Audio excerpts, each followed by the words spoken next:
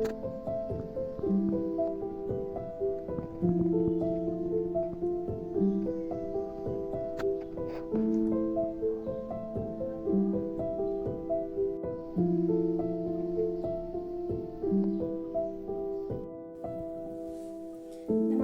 मी गौरी आहे. सावजी तडका नागपूरमध्ये तुम्हा सर्वांचं खूप खूप मनापासून स्वागत. आज आपण करणार आहोत कुलत्यांच्या बियांची भाजी.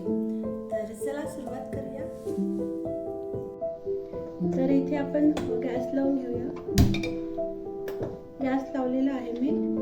तर आपल्याला लागणार आहे कुलथ्याच्या बिया. या कुलथ्याच्या बिया मी छान स्वच्छ धुवून घेतलेल्या आहे आणि चाळणीमध्ये निथळत ठेवलेलं आहे. त्याचं पाणी निथळलं पाहिजे पूर्ण. आणि आपल्याला लागणार आहे पातीचा कांदा. तोही मी स्वच्छ धुवून निथळत ठेवलेला आहे चाळणीमध्ये. कढई आपली बऱ्यापैकी गरम झालेली आहे. आता घालूया आपण तेल. तेलाचं प्रमाण तुम्ही कमी जास्त करू शकता. आपण या फोडणीला फक्त जिरं घालणार आहोत. तर तेल गरम झालेलं आहे. आता आपण जिरं घालणार आहोत.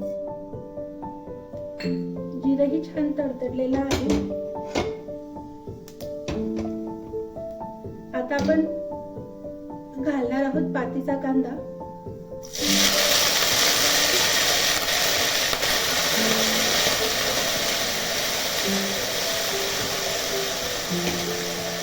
आपल्याला 5 मिनिटं शिजू द्यायचा आहे पातीचा कांदा. तर 5 मिनिटं झालेली आहे.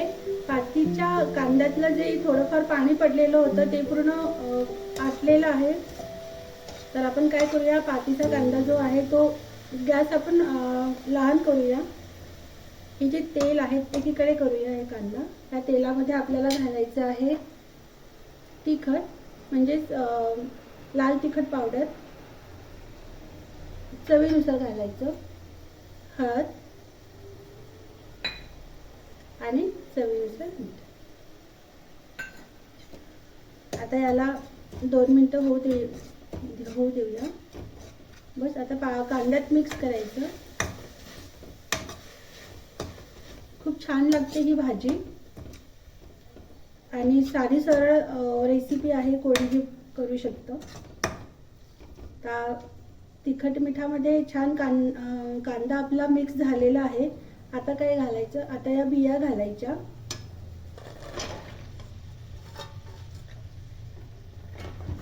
बियाही आपण छान कांद्यामध्ये मिक्स करून घेऊया.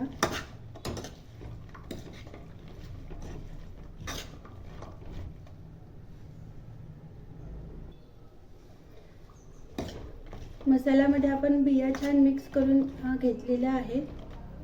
आता काय करायचं, आता यावर झाकण ठेवायचं आणि 10 मिनिटं याला शिजू द्यायचं. गॅस मोठा करायचा नाही. गॅस लहान गॅसवरच ही भाजी शिजू द्यावी लागते. तर आपण याला झाकून ठेवूया आणि 10 मिनिटांनी पाहूया. तर इथे आपले 10 मिनिटं झालेली आहे. आपण पाहूया भाजी.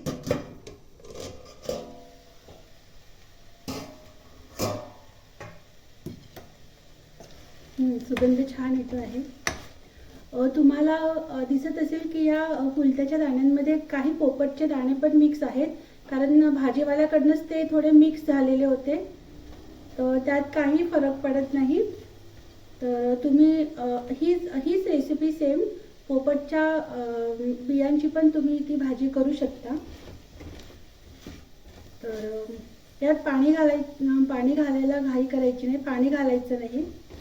अजून आपल्याला 10 मिनिटं शिजू द्यावी लागणार आहे, कारण या बिया आहेत त्याच्यामुळे आपल्याला वाफेवरच शिजू द्यावी लागणार आहे आणि मसाल्यातच शिजू द्यावी लागणार आहे. पाणी घालायचं नाही. मी परत झाकण ठेवते आणि परत आपण 10 मिनिटांनी पाहूया. तर पाहूयात आपली भाजी काय होते.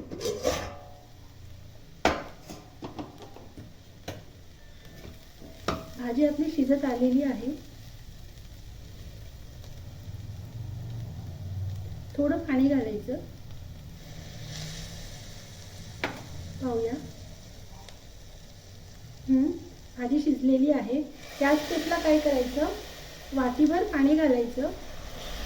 जास्त घालायचं नाही. या भाजीला रसा नसते. थोडी थवथवीच असते ही भाजी. परत आपण 5 मिनिटं झाकण ठेवून शिजू देऊया. तर पाहूया आपली भाजी काय म्हणते.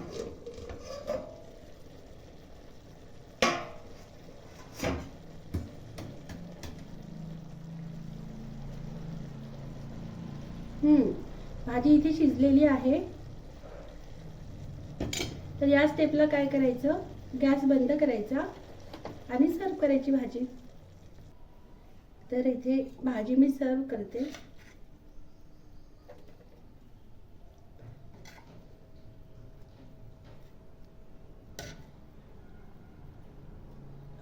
तुम्ही वरून सांबार घालू शकता. मी घातलेला नाही आहे कारण माझ्याकडला सांबार संपलेला आहे. आणि यात तुम्ही काळा मसाला पण घालू शकता, गोडा मसाला पण घालू शकता, पण मी नाही घालत. कारण या कुलत्यांच्या बियांच्या भाजीची जी ओरिजिनल चव असते ती खूप छान असते.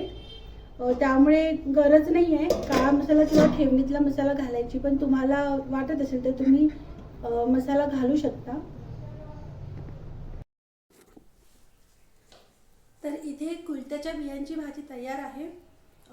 ही साधी सरळ रेसिपी आहे. आपण खूप काही मसाला यात घातलेला नाही आहे आणि कमीत कमी अतिशय कमी मसाल्यामध्ये ही भाजी केलेली आहे. तुम्ही वरून सांबार घालून ही भाजी खाऊ शकता. खायला तयार आहे. मी घातलेला नाही आहे कारण माझ्याकडं सांबार संपलेला आहे. आणि तुम्ही ठेवणीतला काळा मसाला किंवा गोडा मसालाही यात घालू शकता वरून, पण मी घातलेला नाही आहे कारण या बियांची ओरिजिनलची चव असते ती मला आवडते आणि घरीही सर्वांना आवडते. त्यामुळे मी मसाला घातलेला नाही आहे.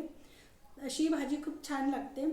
तर एका नव्या भाजीच्या रेसिपीसोबत आपण सावजी तडका नागपूरमध्ये लवकरच भेटणार आहोत. तोपर्यंत मस्त खा, खुश रहा, आनंदी रहा आणि सर्वात महत्त्वाचं म्हणजे खात रहा. आणि मला सांगा कमेंटमध्ये भाजी कशी झाली ते नक्की करून पहा.